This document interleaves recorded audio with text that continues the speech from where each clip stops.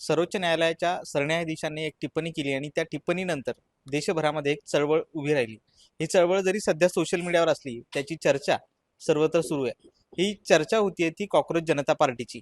छत्रपती संभाजीनगरच्या अभिजित दिपके नावाच्या तरुणाने सुरू केलेली ही चळवळ आता देशभरात पोहोचली आणि याचं रूपांतर दिवसेंदिवस भीषण होताना पाहायला मिळतंय. सोशल मीडियावर जर बघायचं झालं तर 15 मिलियन्सपेक्षा अधिक त्याचे फॉलोअर्स काही दिवसांमध्ये झालेत आणि यामुळे याचाच जी काही धडकी आहे ती सत्ताधारी पक्ष असो किंवा जी काही प्रस्थापित पक्ष आहेत त्यांनी घेतली आणि यामुळे या सगळ्या याच्यामुळे एक चर्चा होतीये. एकंदरीत या सगळ्या परिस्थितीनंतर जर बघायचं झालं तर त्याच्या पालकांची या संदर्भात काय प्रतिक्रिया आहे याची उत्सुकता सर्वांनाच लागली आणि आपण हीच प्रतिक्रिया जाणून घेण्यासाठी छत्रपती संभाजीनगरच्या अभिजित दिपके याच्या घरी आलो. तर सुरुवातीला त्याच्या वडिलांची बोलूयात. अभिजितने कॉक्रोच जनता पार्टी सुरू केली हे तुम्हाला कधी कळालं आणि तेव्हा तुमची काय प्रतिक्रिया होती? ते परवाच्या दिवशी कळालं आम्हाला.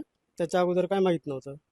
अच्छा. हम्म. म्हणजे हे त्यांनी सुरू केलं जेव्हा सरन्यायाधीश बोलले आणि त्याला त्याच्या मनातून राग आला असेल आणि त्यांनी हे सुरू केलं, तर तेव्हा तुम्हाला योग्य वाटलं की त्यांनी तरुणांच्या बाबतीत हा निर्णय घेतलाय? तरुणांमध्ये पण या संदर्भात लाट होती.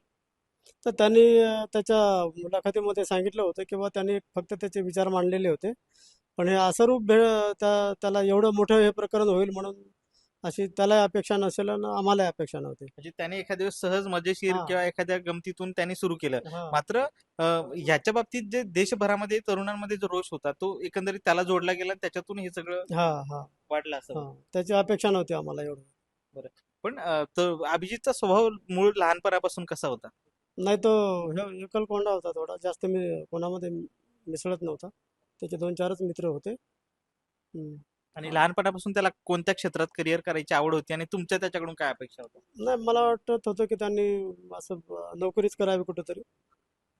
MPSC UPSC देऊन कुठेतरी नोकरी करावी असं मला त्याची वाटतं. काय नाही, त्याचं त्याचं ते अण्णा हजारेच्या आंदोलनापासून तो त्या जोडलेला होता तिकडं. समाजसेवेशी जोडला गेलेला होता अण्णा हजारेच्या आंदोलनापासून. म्हणजे अण्णा हजारेंच्या चळवळीच्या संदर्भात त्याला म्हणजे आकर्षण निर्माण झालं होतं. तेव्हापासूनच त्याला सर्व हे राजकारणाचं वगैरे आकर्षण निर्माण झालं असेल. तेव्हा तुम्ही त्याला हटकलं असेल, मग काय म्हणणं होतं त्याचं? नाही, आम्ही म्हणलो होतो त्याला सोडून दे म्हणून, राजकारण आम्हाला आवडत नाही ते. अच्छा, तुमच्या कुटुंबामध्ये कोणी राजकारण नाही करत नाही, कोणीच नाही, कोणी नाही. बरं, आता त्यांनी ही कॉक्रोच जनता पार्टी स्थापन केली, त्याची देशभरात चर्चा होतीये. तर मुलाचा अभिमान वाटतोय की काळजी वाटते त्याच्याबद्दल? नाही, अभिमानापेक्षा आम्हाला काळजीच वाटते. काय नेमकी काळजी आणि कशामुळे काळजी वाटते? सध्याचे जे राजकीय वातावरण आहे ते सर्व पाहून काळजीच वाटते. आता त्याला काय म्हणजे तुमच्या काय अपेक्षा आहेत त्याच्याकडून? काय पुढे काय केलं पाहिजे त्यांनी? नाही ना, आता अपेक्षा आपण काय करणार आता या स्टेटला त्याच्याकडून. पण तरी तुम्ही काळजीपोटी काय सल्ला द्याल त्याला? नाही, काळजीपोटी तेच किंवा आम्हाला ते आवडत नाही राजकारण, एवढंच म्हणू शकतो, बाकी काय नाही. बरं. पण हे सगळं जरी तुमची काळजीपोटी म्हणत असला तरी या देशाचा इतिहास आहे की तरुणांनी इतिहास घडवलेला आहे. तर त्याच्या माध्यमातून जर का तरुणांचा तो आवाज होत असेल आणि त्याच्यातून जर का क्रांती होत असेल तर त्याच्याबद्दल तुमचं काय मत आहे? त्याच्याविषयी मी काय सांगू शकतो. नाही, पण आवडेल का तुम्हाला त्याच्या माध्यमातून क्रांती झाली तर? नाही ना, ते आम्हालाच वाटतं की आमच्या मुलांनी कुठेतरी जॉब करावा, म्हणजे तुम्ही नोकऱ्या तुमच्या कराव्या. भूमिकेवर ठाम आहात. हा, आम्ही आमच्या माझा मुलगा म्हणून मी आमच्या भूमिकेवर ठाम आहोत. बाकी आता त्याला काय करायचंय तो त्याचा निर्णय आहे. नक्कीच. तर ही कुटुंब आणि पालक म्हणून त्यांची काळजी रास्त आहे. त्याच्या आईशिवाय आपण बोलणार आहे. ही कॉक्रोच जनता पार्टी त्यांनी स्थापन केली, तुम्हाला कसं कळालं?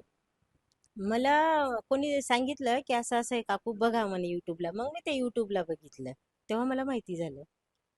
पण मुलाने सहज सुरू केलेले हा एक संकल्पना त्याचं एवढं मोठं रूप आता समोर येत आहे. हं. काही नाही वाटत, एवढं विशेष नाही वाटत काही. हं. पण या सगळ्या याच्यामुळे त्याचा अभिमान वाटतोय की काळजी वाटते? काळजी वाटते, अभिमानापेक्षा काळजी वाटते. बाबा त्यांनी त्याचा नोकरीचा पर्याय शोधला असता तर चांगला झाला असता असं वाटतं. पण या सगळ्या याच्यातून तो काहीतरी क्रांती करू इच्छितो किंवा बाबासाहेबांच्या विचारांवर चालायचं त्याचा. हो, आता तर त्याचा विचार आहे. आता आपण काय सांगणार इथून? तो तो काय काय करेल काही नाही हे सांगता येत नाही ना आपल्याला. आणि तो काय असा विचार पण देत नाही काहीच की मी हे करणार का ते करणार, तो काहीच सांगत नाही. तो त्याच्या भला मनात आणि त्याचं काम भलं, तो एवढाच आहे. तो कोणाला बोलणार नाही, काही नाही, काहीच नाही. एकदम शांत स्वभावाचा आहे तो. शेवटी त्याचं आणि तुमचं बोलणं कधी झालं होतं आणि काय बोलला होता तो? बोलणंच नाही झालं त्याचं आणि माझं. फक्त झालं म्हटलं हे काय, तर तुला निवांत फोन करतो म्हणे मम्मी. तर अजूनही त्याचा फोन नाहीये मला. अजून तो निवांत झालेलाच नाहीये.